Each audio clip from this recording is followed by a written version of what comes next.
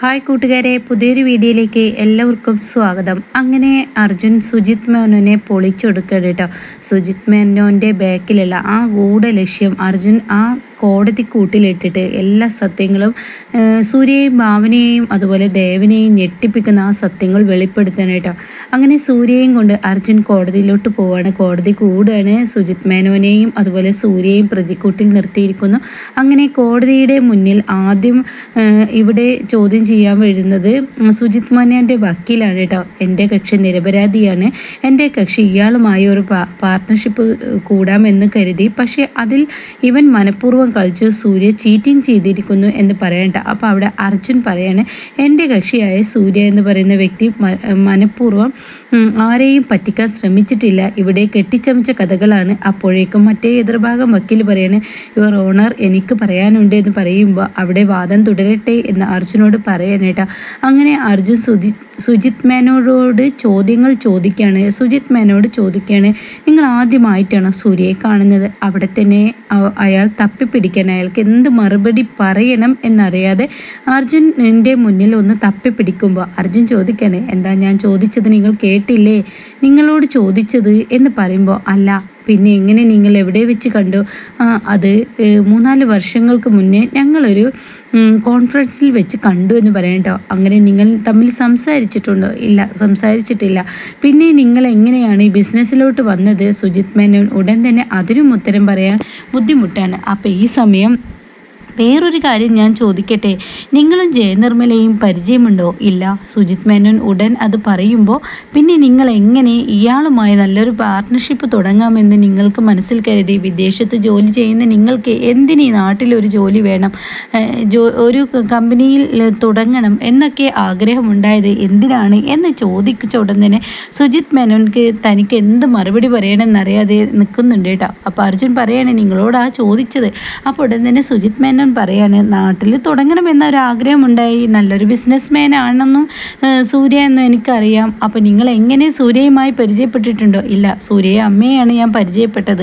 അപ്പോൾ തന്നെ സൂര്യയുടെ അമ്മയെ നിങ്ങൾ പരിചയപ്പെട്ടതാണോ അതോ സൂര്യയുടെ അമ്മ നിങ്ങളെ വന്ന് പരിചയപ്പെട്ടതാണോ എന്ന് ചോദിക്കുമ്പോൾ അവർ ഒരു ബുദ്ധിമതിയായ ഒരു ലേഡിയാണ്, അവർ ഒരു ബിസിനസ് കൊണ്ടുകൊടുക്കുന്ന ഒരു ലേഡിയാണ്. ഇത്രയും നല്ലൊരു ലേഡിയുടെ കൂടെ ഒരു പാർട്ട്ണർഷിപ്പ് തുടങ്ങി ഒരു കമ്പനി എനിക്കും തുടരണമെന്ന ഒരാഗ്രഹമുണ്ടായി, അതുകൊണ്ടാണ് ഞാൻ ഈ പ്രൊജക്റ്റിന് മുന്നോട്ട് വന്നത് എന്ന് പറയണ്ട. അപ്പോൾ ഇത് കേൾക്കുമ്പോൾ തന്നെ ദേവനും ഭാവനയ്ക്കും സൂര്യക്കും എല്ലാവർക്കും സംഭവം പിടികിട്ടിട്ടോ. അങ്ങനെ എതിർഭാഗം വക്കീലാണെങ്കിലോ സുജിത് മേനോൻ്റെ വക്കീൽ നന്നായി വിയർക്കുന്നുണ്ട്. അപ്പോൾ ഇടയിൽ കയറി സംസാരിക്കാൻ ഒരുങ്ങുമ്പോൾ അവിടെ ജഡ്ജി പറയാണ്, അർജുൻ്റെ വാദം തുടങ്ങിയിട്ട് ഇയാൾ ഇരിക്കൂ എന്ന് തന്നെ പറയുന്നു കേട്ടോ. അങ്ങനെ വാദം തുടരാണ്. അങ്ങനെ പറയാണ്, ഞാൻ ചെന്ന് പരിചയപ്പെട്ടതാണ്. അപ്പോൾ ഉടനെ എന്തിനു വേണ്ടി? നല്ലൊരു ബിസിനസ്സുകാരിയെ കണ്ടാൽ അവരുമായി ഒരു ബിസിനസ് തുടങ്ങണമെന്ന് ഏതൊരാൾക്കും ആഗ്രഹമുണ്ടായില്ലേ? അത്ര തന്നെ. അങ്ങനെയാണോ?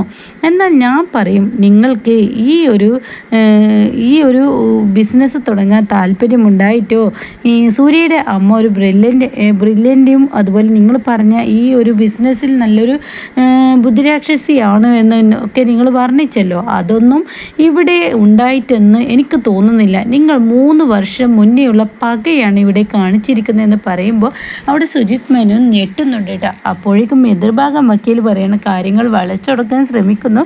എൻ്റെ എതിർഭാഗം വക്കീൽ എന്ന് പറയുമ്പോൾ വീണ്ടും കോടതി പറയുന്നു, നിങ്ങൾ മിണ്ടാണ്ടിരിക്കുക എന്ന് തന്നെ കേട്ടോ.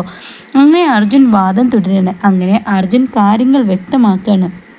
അർജുൻ പറയാണ്, ഇത് സത്യത്തിൽ സൂര്യയാണ് ഇവിടെ എല്ലാത്തിനും ഉത്തരം പറയേണ്ടത്. ഈ സുജിത് മേനോനുമായി എഗ്രിമെൻറ്റ് സൈൻ ചെയ്ത് സൂര്യയാണല്ലോ. അപ്പോൾ എന്താണ് കോടതിക്കുള്ളിൽ സുജിത് മേനോനെ കുറിച്ച് സൂര്യക്ക് പറയാനുള്ളത് എന്ന് ചോദിക്കുകയാണ് കേട്ടോ. അങ്ങനെ സൂര്യക്ക് പറയാനുള്ള ആ കാര്യങ്ങളൊക്കെ അങ്ങ് സൂര്യയോട് പറയാണ്. അങ്ങനെ സൂര്യ തുടരാണ്. സൂര്യ പറയാണ്, ഞാനും സുജിത് മേനോനുമായി ആദ്യമായാണ് കാണുന്നത്. അമ്മയാണ് പരിചയപ്പെട്ടിട്ടുള്ളത്. അമ്മയാണ് ഇങ്ങനെ ഒരു ബിസിനസ് ബിസിനസ്മാനെ എനിക്ക് കാണിച്ചു തന്നതും. അപ്പോൾ ഇയാൾ ഒരു കാര്യം പറഞ്ഞു, അത് നന്ദി എനിക്ക് തോന്നി, അതുകൊണ്ട് തന്നെ ഞാൻ എഗ്രിമെൻറ്റ് സൈൻ ചെയ്തു. അങ്ങനെയാണ് ഉണ്ടായിട്ടുള്ളത്. പിന്നീട് എനിക്കെൻ്റെ അമ്മയ്ക്ക് പെട്ടെന്ന് ക്യാൻസർ ആണെന്നുള്ള ആ സത്യം ഞങ്ങൾ അറിഞ്ഞു. അത് കേട്ടപ്പോൾ ഞങ്ങളുടെ വീട് തന്നെ തകർന്നു പോയി. അത്രയും വലിയൊരു മാനസികാവസ്ഥയാണ് ഞങ്ങൾക്ക് മുന്നിൽ ഉണ്ടായത്. സ്വന്തം പെറ്റമ്മക്ക് ക്യാൻസർ വന്ന് എന്നറിഞ്ഞാൽ ഏതൊരു മനുഷ്യനും ബിസിനസ്സേക്കാൾ വലുത് ആ വ്യക്തിയെ രക്ഷിക്കാനല്ലേ നോക്കുകയുള്ളൂ. അത്രയേ ഞാൻ ചെയ്തുള്ളൂ. പക്ഷേ എൻ്റെ അമ്മയെ എല്ലാവരും കൈയൊഴിഞ്ഞു. ഡോക്ടർ തന്നെ രക്ഷപ്പെടില്ല എന്ന് വിധി എഴുതിയ സമയത്ത്, ഈ പ്രൊജക്റ്റ് ഇയാൾ പറഞ്ഞ സമയത്ത്, ഈ സുജിത് മേനോൻ പറഞ്ഞ സമയത്ത് എനിക്ക് തുടരാൻ കഴിയില്ല എന്നുള്ളൊരു മെയിൽ ഞാൻ അയച്ചിരുന്നു. കൂടാത്തതിന് എൻ്റെ അമ്മയുടെ മെഡിക്കൽ റിപ്പോർട്ട് ഞാൻ അയച്ചിരുന്നു. അപ്പോൾ ഇത് കേട്ട ഉടനെ തന്നെ അർജുൻ പറയാണ്, എൻ്റെ ഭാഗം എൻ്റെ കക്ഷിയായ സൂര്യ യാതൊരു തെറ്റും ചെയ്തിട്ടില്ല. അവരുടെ നിരപരാധിത്വം ശ്രമിക്കാൻ നോക്കിയിട്ടുണ്ട്. എന്താ സുജിത് മേൻ, നിങ്ങൾ ആ മെയിൽ കണ്ടിട്ടില്ലേ? അപ്പോൾ ഉടൻ തന്നെ സുജിത് മേൻ പറയണേ, ഞാനത് ശ്രദ്ധയിൽപ്പെട്ടില്ല. ഇത്രയും നല്ലൊരു ബിസിനസ്മാനായിട്ട് ഇങ്ങനെയോ ആണോ നിങ്ങൾ പറയുന്നത്? എന്നാൽ ഈ കോടതിക്ക് മുന്നിൽ ചില കാര്യങ്ങൾ എനിക്ക് തെളിയിക്കാനുണ്ട്.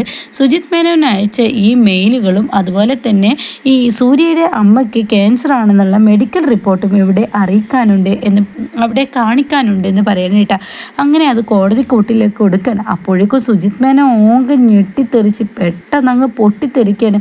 ഇത് മനഃപൂർവ്വം എന്നെ ചീറ്റ് ചെയ്യാനുള്ള ആ ഒരു ഇതാണ് ഇയാൾ കാണിക്കുന്നത്. ഞാൻ യാതൊരു തെറ്റും ചെയ്തിട്ടില്ല, എന്നെയാണ് ശരിക്കും സൂര്യ ചീറ്റ് ചെയ്തിട്ടുള്ളത് എന്ന് പറയാനിട്ട. അപ്പോഴേക്കും അവിടെ നിങ്ങൾ ഇങ്ങനെ പരസ്പരബോധമില്ലാതെ, ഇതൊരു കോടതിയാണ്, അങ്ങനെ സംസാരിക്കാനുള്ള ഒരു അധികാരം ആർക്കും കൊടുത്തിട്ടില്ല, അതുകൊണ്ട് നിങ്ങൾ മിണ്ടാതിരിക്കും സുജിത് മേനോൻ എന്ന് ജഡ്ജി തന്നെ പറയുന്നു കേട്ടോ. അപ്പോൾ ഈ സമയം അർജുൻ പറയണം, ഞാനിവിടെ എനിക്ക് കോടതിക്ക് മുന്നിൽ ഒരു കാര്യം പറയാനുണ്ട്. സംഭവം സുജിത് മേനോന് 10 കോടി സൂര്യ കൊടുക്കാനുണ്ട്. ഈ പറയുന്ന മെയിലും അയച്ചിട്ടുണ്ട്. പക്ഷേ എഗ്രിമെൻ്റ് പ്രകാരം എഗ്രിമെൻറ്റിൽ എഴുതിയിട്ടുള്ളത്, അഥവാ പറഞ്ഞ ആ ദിവസത്തിനുള്ളിൽ ഈ ഒരു പ്രൊജക്റ്റ് തുടങ്ങാൻ പറ്റിയില്ലെങ്കിൽ ഞാൻ 2% പലിശ കൊടുത്തോളാം എന്ന് സൂര്യ എഴുതിയിട്ടുണ്ട്. ആ പറഞ്ഞത് പ്രകാരമാണെങ്കിൽ 10 കോടിക്ക് 2 ലക്ഷം രൂപയാണ് ആകെ കൊടുക്കാനുള്ളത്. അതാണെങ്കിൽ എൻ്റെ കക്ഷി കൊടുക്കാനും തയ്യാറാണ്. 10 കോടിക്ക് 2 ലക്ഷം എന്നല്ല, 25 കോടി കൊടുക്കാനും അത്രയും വലിയ ആസ്തി സൂര്യക്കുണ്ട്. പക്ഷേ ഇവിടെ അതൊന്നും അല്ലാന്ന് ഞാൻ ഇവിടെ കോടതിക്ക് മുന്നിൽ വെളിപ്പെടുത്തുന്നു. അപ്പോൾ എല്ലാവരും ഞെട്ടാണ്. പിന്നെ എന്തായിരിക്കും എന്നുള്ള ആകാംക്ഷയോടുകൂടി എല്ലാവരും കാത്തിരിക്കുമ്പോഴാണ് അർജുൻ ആ വാക്ക് പറയുന്നത്. സൂര്യയോടുള്ള വൈരാഗ്യമാണ് ഈ സുജിത് മേനോൻ ചെയ്തിരിക്കുന്നത്. അപ്പോഴേക്കും സുജിത് മേനോൻ വീണ്ടും സംസാരിക്കാൻ ഒരുങ്ങുമ്പോഴേക്കും അർജുനോട് വാദം തുടരാൻ പറയാനായിട്ട്. അപ്പോൾ അർജുൻ പറയാണ്, ഇവിടെ ശരിക്കും സുജിത് മേനോൻ വൈരാഗ്യമാണ് ചെയ്തിരിക്കുന്നത്. കാരണം സുജിത് മേനോൻ ഇത് ചെയ്തിരിക്കുന്നത് സുജിത് മേനോന് വേണ്ടിയിട്ടോ അല്ല ഒരു ബിസിനസ് തുടങ്ങാൻ വേണ്ടിയിട്ടോ ഒന്നുമല്ല, മനഃപൂർവ്വം സൂര്യയെ ട്രാപ്പിലാക്കിയതാണ്. സൂര്യയുടെ മാനസികാവസ്ഥ അങ്ങനെ ആയതുകൊണ്ടും സൂര്യക്ക് ഈ ഒരു ട്രാപ്പിലാക്കുന്നത് മനസ്സിലാക്കാൻ കഴിയാതെ പോയി, തന്നെ ഒരു ഇടാൻ പോവുകയാണെന്ന് മനസ്സിലാക്കാൻ പറ്റാതെ പോയി. അതാണ് ഇവിടെ സംഭവിച്ചിരിക്കുന്നത്. അപ്പോൾ കോടതിയിൽ ജഡ്ജി പറയാണ്, മനസ്സിലായില്ല, വ്യക്തമാക്കൂ എന്ന് അർജുനോട് പറയുമ്പോൾ അർജുൻ പറയാണ്, 3 വർഷം മുന്നേ സൂര്യ ഈ വേൾഡിലെ തന്നെ നല്ലൊരു ബിസിനസ്മാൻ ആണെന്ന് ഒരു അവാർഡ് കിട്ടിയിട്ടുണ്ട്.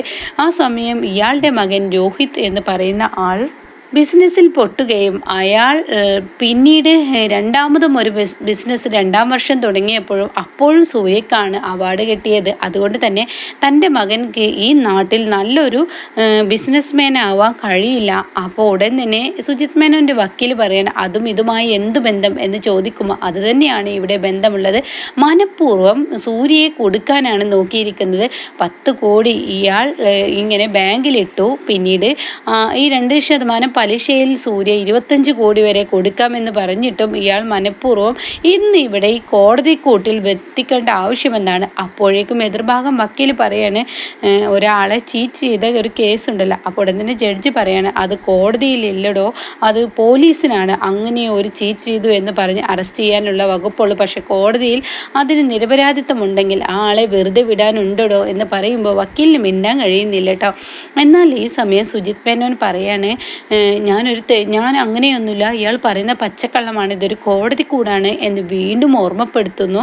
അങ്ങനെ പിന്നീട് സുജിത് മേനോനോട് അർജുൻ പറയാണ്, മകന് വേണ്ടിയിട്ടാണ് ഇത് ചെയ്തത്. 10 കോടി ബാങ്കിലിട്ടതിന് ശേഷം ആ പണം പോയി എന്ന് അറിഞ്ഞത് മുതൽ ഈ മെയിൽ അയച്ചതും അതുപോലെ സൂര്യയുടെ അമ്മയ്ക്ക് ഇങ്ങനെ ഒരു തകർച്ച സംഭവിച്ചതും സൂര്യ അത്രയും മാനസികാവസ്ഥയിലാണെന്ന് മനസ്സിലാക്കിയും കൊണ്ടാണ് ഇയാൾ കളിച്ചത്. പക്ഷേ ഈ ബാങ്കിൽ നിന്നും ഈ പറയുന്നത് പോലെ അതുപോലെ ഈ ബാങ്കിൻ്റെ ഡീറ്റെയിൽസ് എല്ലാം സുജിത് മേനോന് അറിയാം. പക്ഷേ OTP സിസ്റ്റം അതാര് കളിച്ചു എന്നും വ്യക്തമാക്കേണ്ടത് പോലീസാണ്. അത് പോലീസിനെ തെളിയിക്കാൻ വിടേണ്ടതാണ്.